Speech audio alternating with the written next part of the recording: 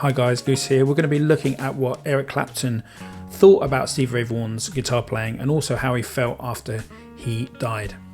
To quote Eric Clapton from the Texas Flood book, "I was driving and Let's Dance came on the radio. I stopped my car and said, I have to know who this guitar player is today, not tomorrow, but today. This only happened to me 3 or 4 times ever, and probably not for anyone in between Dwayne Allman and Stevie." Later on, Eric details the first time he ever saw Stevie play. To quote Eric when he first saw Stevie, he says, "I saw him play in London one time, so I sat about 6 rows back at the Hammersmith Odeon, and for about the first 10 minutes I thought I wasn't going to be able to take it because it was so loud. I thought, I can't take this, and actually got used to it. Within 20 minutes after that, I was used to it, and it was right, it got me." Vaughan and his band Double Trouble spent the summer of 1990 touring in support of their LP In Step.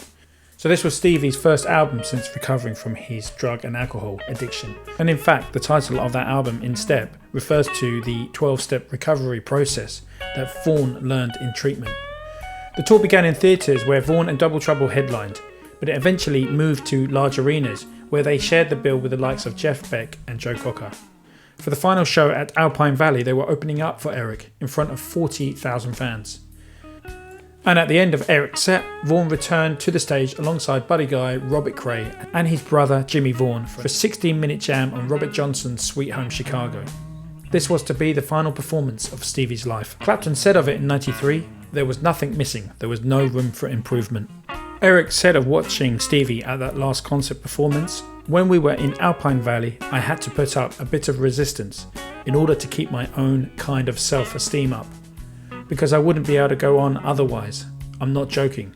To be completely absorbed by what he was doing, I would have thought, what's the point? And I kind of done a runner and cleared off, run away." After the show, when Vaughan, Jimmy and Jimmy's wife Connor tried to catch one of the 4 helicopters waiting to depart back to Chicago, they discovered their seats have been taken by members of Eric Clapton's crew. Stevie was anxious to get back to Chicago as soon as possible to meet his girlfriend, so he took the last seat and left Jimmy and Connor behind. The helicopter crashed shortly after takeoff when pilot Jeff Brown accidentally ran it into a ski slope at high speed. The crash went unnoticed until a few hours later when the helicopter failed to arrive at its destination. When asked by Rolling Stones about the crash, Clapton says, "Bobby was a tremendous guy, a very funny man. He was in the helicopter with Stevie Ray, as were Nigel Brown and Colin Smythe of my crew. There was a convoy of helicopters, about 5 of them, and they had to go back through this very thick fog up to about 100 feet above the ground. And once we came out of that, we just took off for Chicago. When I got back, I went straight to bed, and I was woken about 7 in the morning by my manager, Roger Forrester. The helicopter with Stevie Ray and our chaps hadn't come back. And then a bit later, someone discovered the wreckage. That was it. I had a meeting with all the bands and managers, and all the crew had gone on to the next show, and we tried to come up with a unanimous decision about whether we should go home or whether we should go on. And the vote came out after hours of discussion that we should go on. It clearly felt that if we packed up and went home, the whole thing would be unbearable.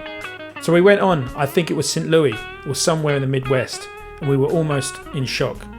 I could hardly remember any of the words. I don't know how we got through it, but it was the best tribute I thought we could make, to carry on and let everybody who was coming to see us know that it was an honour of their memory. The worst thing for me was that Stevie Ray had been sober for 3 years and was at his peak.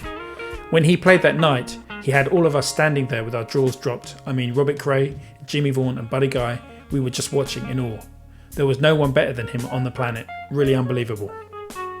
Thanks guys for watching this video. Goose signing out. Take care.